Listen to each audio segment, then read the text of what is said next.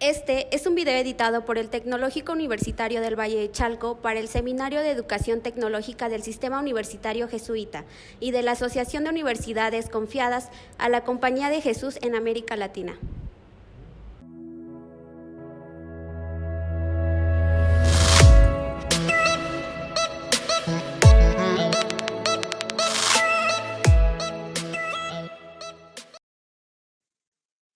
El siglo XXI está marcado por la necesidad de que las personas desarrollemos los recursos que nos permiten aprender, es decir, lo que se ha llamado el aprender a aprender o la autogestión del aprendizaje.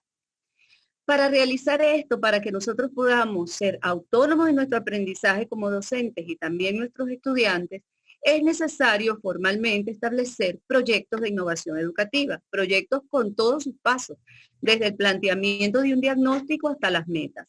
La pandemia, el COVID o como lo queramos llamar, nos impulsó a soluciones de emergencia, de transitar en formaciones que eran presenciales hacia formaciones a distancia. La universidad nuestra lo llamó la presencialidad remota. Y como nunca antes se vio la necesidad de la formación docente en el uso de las tecnologías de información y comunicación. Nosotros, desde la perspectiva que sostenemos, en la que trabajamos, pasamos a hablar desde la capacidad, es decir, lo que la persona podría hacer, a la competencia, lo que debe hacer, lo que hace. Por eso es importante el desarrollo de estrategias que permitan fortalecer el saber ser y convivir, prestar el servicio, saber conocer y saber hacer, es decir, los conocimientos que se fundamentan en la teoría, en los procedimientos y en las actitudes y los valores conjugados para la formación de las personas. ¿Cómo se aprende la teoría? Pues estableciendo relaciones con lo que se sabe y se está aprendiendo y entre lo nuevo. Los procedimientos es hacer, ejecutarlos. Y las actitudes, este es un tema ya polémico, porque realmente sí se pueden desarrollar, se sabe que los valores son mutables y es necesario afianzar la autoeficacia del docente, el trabajo colaborativo, la apertura, el cambio, el pensamiento innovador, entre valores que pueden ser individuales, sociales y muy importantes los valores de nuestra institución. Ahora, cuando hablamos del uso de la tecnología de información y comunicación, bien sea para la presencialidad en línea o sistemas mixtos, es un medio a través del cual los profesores vamos a ejercer nuestras estrategias para favorecer los aprendizajes propios y de los estudiantes.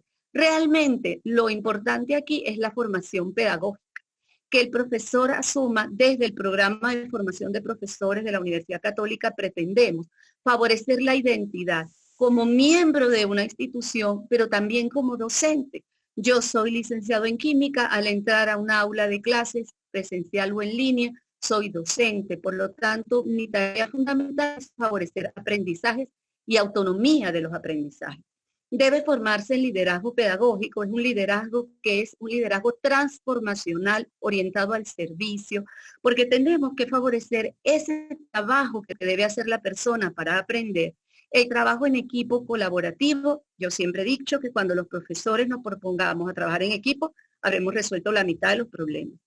Y por supuesto, todo esto envuelto en una planificación, en un currículo, en un diseño curricular, que tiene que ver con la relación entre las unidades temáticas, los contenidos que se deben aprender y esos aprendizajes transversales que llevarán a la autonomía.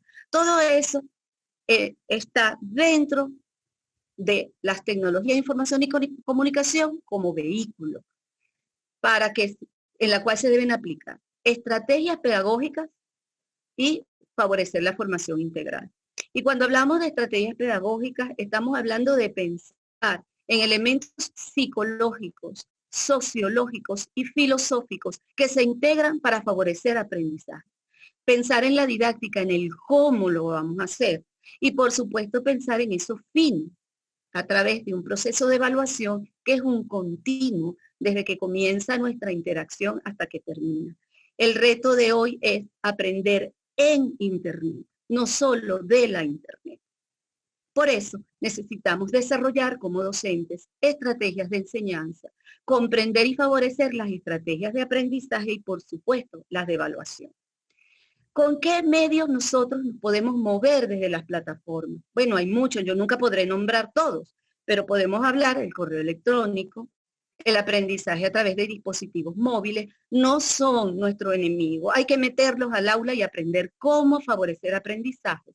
El uso de las redes sociales, hoy en día lo que son las emergentes, WhatsApp y Telegram, inmediatez, pero también podemos utilizar otras redes, el Facebook, el Instagram, etcétera. La búsqueda sistemática de información en Internet, y si me permiten, con todo respeto, esto es un taller que todos los profesores debemos hacer. El manejo de plataformas como Zoom, Google Meet, Google Classroom, nuestra plataforma institucional, aplicaciones Word, Excel, PowerPoint y por supuesto cualquier otra que sea válida para transmitir nuestra información y los visualizadores multimedia. Esa información que estamos dando a través de estos medios, ¿cómo nosotros vamos a favorecer los aprendizajes? Bueno, haciendo gestión, identificando, clasificando, organizando la información que queremos que llegue a nuestros estudiantes y a través de cuáles estrategias las vamos a poner. Si vamos a usar una exposición, si vamos a colocar un trabajo colaborativo, si nosotros vamos a mediar, acompañar y evaluar en foros, en chat, etcétera. Favorecer a los estudiantes que usen esas estrategias de aprendizaje en nuestro acompañamiento, hacer las relaciones entre las unidades temáticas y esos saberes transversales que deben desarrollarse, porque un ingeniero tiene que saber de ingeniería, pero además tiene que tener otras competencias para moverse en el mundo de hoy. La organización del aula, si va a ser individual o grupal, o por supuesto gestionar el proceso de evaluación y calificar. ¿Qué debe hacer el estudiante? Pues nosotros tenemos que favorecer en el estudiante que identifique información relevante, que puede ser explícita o implícita y la relacione con objetivos que son los propósitos del aprendizaje que perseguimos y que conozca las características y nivel de dificultad de la tarea. Nosotros tenemos que ser muy honestos en la transmisión de estos mensajes porque al final de cuentas ellos son los que van a aprender. Que se establezca el estudiante objetivos parciales y globales para el avance en sus tareas, que diga hasta dónde llego hoy y mañana, que relacione lo que ya sabe con lo que está aprendiendo para la comprensión. Nosotros tenemos que ayudarlos en esos fenómenos de procesos de abstracción, análisis y síntesis para que logre la comprensión y que se abra a la diversidad de interpretaciones, al pensamiento divergente, que comprenda que el conocimiento no es un hecho acabado, que está en construcción constante y lo aplique a través de técnicas de estudio. Hay múltiples, lectura rápida, subrayado, formulación de preguntas, paso, etcétera, esas que los profesores vamos a promover en ellos, que relacione la información relevante con lo que debe aprender y con las diversas interpretaciones posibles y las aplicaciones prácticas.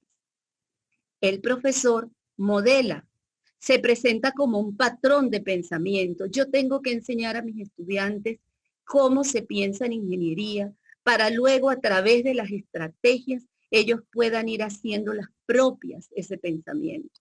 Hay un acompañamiento que hacemos con ellos, vamos poco a poco, que vayan progresando, que tomen conciencia de sus saberes, que establezcan estrategias metacognitivas, tanto de tomar conciencia de lo que ya saben como de los recursos que tienen para aprender y por supuesto a través de un sistema de evaluación, sistema, no puntos, no sitios, no momentos, sistema que vaya favoreciendo esos aprendizajes a través de las evaluaciones formativas.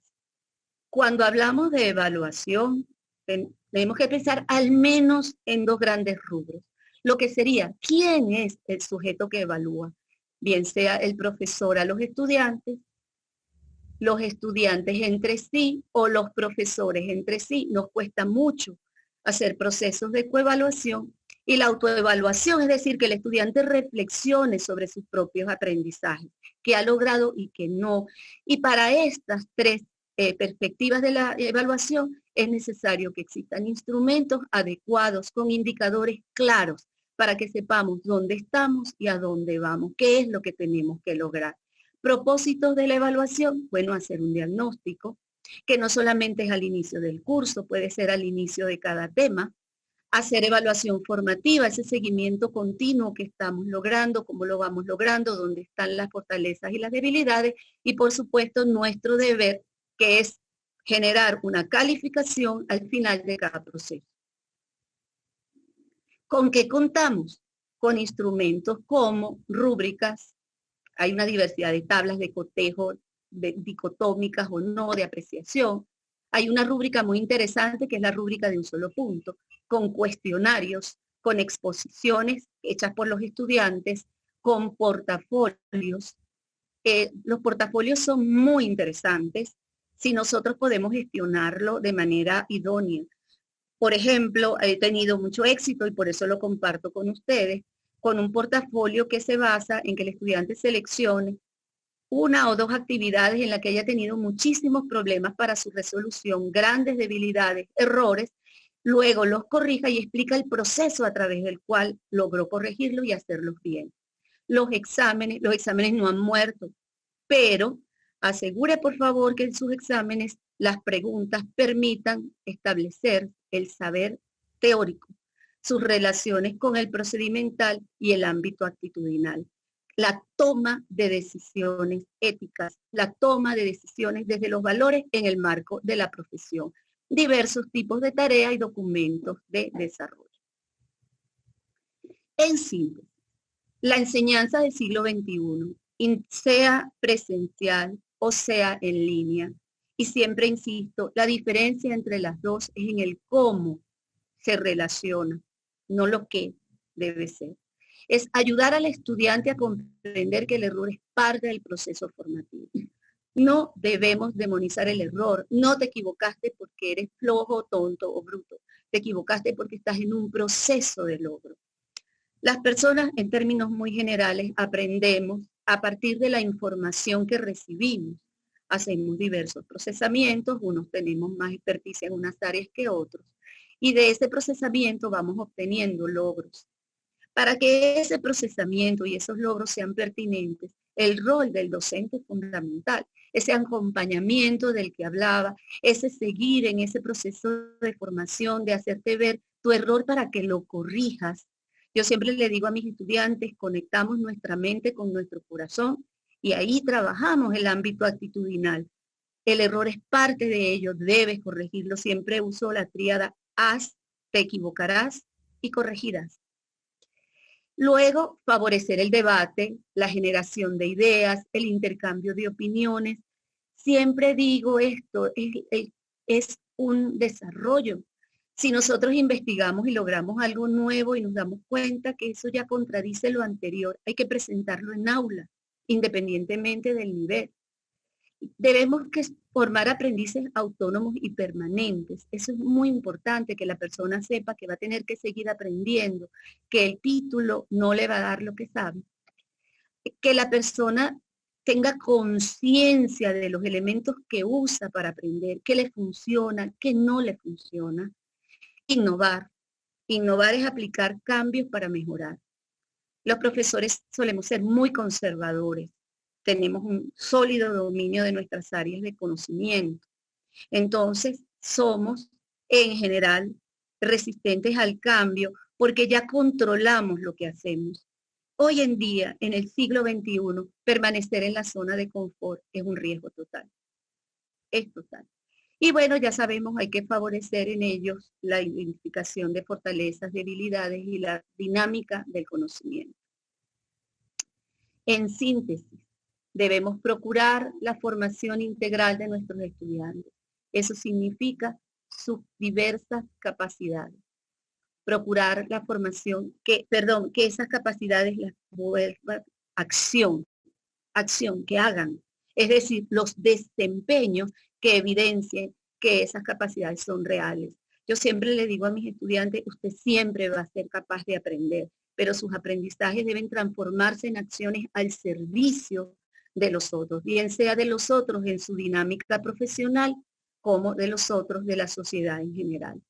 que sea una formación creciente, cada vez el desarrollo tiene que ser mayor y la persona debe comprenderlo, tanto el aprendiz novato, estudiante, como el aprendiz experto, profesor. Evolutiva, va cambiando y los conocimientos van cambiando con el tiempo. Y algo que no me cansaré de insistir, de acuerdo al perfil de ingreso. Nuestros estudiantes ingresan con un determinado perfil, con unas determinadas características. Pero si nosotros como profesores no le hacemos a ellos tomar conciencia de a dónde van, qué es lo que realmente se espera que logren, es muy poco probable que el camino sea el adecuado. Nuestros estudiantes, me disculpan un ejemplo personal, tengo la unidad curricular, calor y termodinámica, quinto semestre, ingeniería industrial. ¿Para qué la doy? ¿Por qué está allí? Mis estudiantes como ingenieros industriales deberán modelar, diseñar y mejorar procesos de producción y servicio. Entonces, mi unidad curricular tiene que enfocarse hacia allá. Ellos deben, aparte de las construcciones que tienen que hacer de carácter horizontal, porque estamos hablando de cambios constantes, de esas competencias que le permitan tener el aprendizaje autónomo, deben tener una dirección. Y esa dirección está convenida por la comunidad llamada perfil de egreso. Debe ser, además, que de alguna manera el estudiante se oriente a lo que se desea obtener. Y en esto yo quiero ser muy sincera, porque siempre le digo a mis estudiantes, mire, cuando usted se gradúe, posiblemente tendrá que abordar trabajos que hoy en día no existen.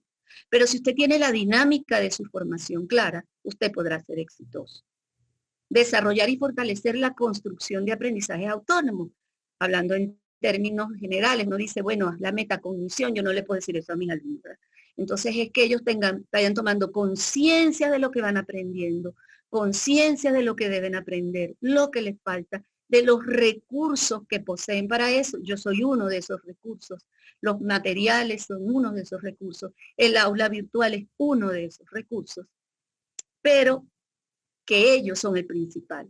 Que sepan que los aprendizajes son significativos, que ellos deben relacionarlo con lo que ya saben para poder promover aprendizajes nuevos, estratégicos, que le permitan tomar decisiones en función de su formación profesionalizante, que sepan hacia dónde van y que esas decisiones estén articuladas con valores que hemos dicho pueden ser individuales, sociales, profesionales, institucionales. Y aquí está la tríada maravillosa, efectivos, eficaces y eficientes. El tiempo es un recurso. Si yo tengo un estudiante en un programa de 6 semestres o 3 años, debo favorecer su aprendizaje. No estoy diciendo, es que lo tengo que graduar en 3 años. No, el estudiante tiene que aprender. Pero tengo que manejar los recursos curriculares de enseñanza, de aprendizaje, de evaluación, para lograr esa relación entre el esfuerzo que debe hacer, el logro que debe alcanzar en el tiempo idóneo. Formar para que nuestros egresados puedan obtener un empleo. No estoy diciendo que vamos a dar formación para el trabajo, no. Estamos formando profesionales, bien sea en el área técnica, digamos, el egreso medio o el lauris total, que es profesional. Es decir, o un técnico superior o un ingeniero, en el caso que me compete. Pero debemos formarlo para que tenga la flexibilidad de poder adaptarse a diferentes culturas organizacionales y dar su desempeño idóneo. Y también que tenga fortalezas como emprendimiento. Ojo, que esto no está divorciado del hecho de que él es un ciudadano comprometido con su ciudad, con su localidad, con su región y con el planeta. O sea, que debe estar orientado al desarrollo sostenible. Crear conciencia de las características del conocimiento, del aprendizaje, de los nuevos quehaceres pedagógicos y de las nuevas exigencias profesionales. Bueno, muchas gracias. Mi nombre es María Isabel López. Estoy a sus órdenes. Tienen allí el correo. Mis redes sociales, @CDUCAP, Instagram, Twitter. Muchas gracias.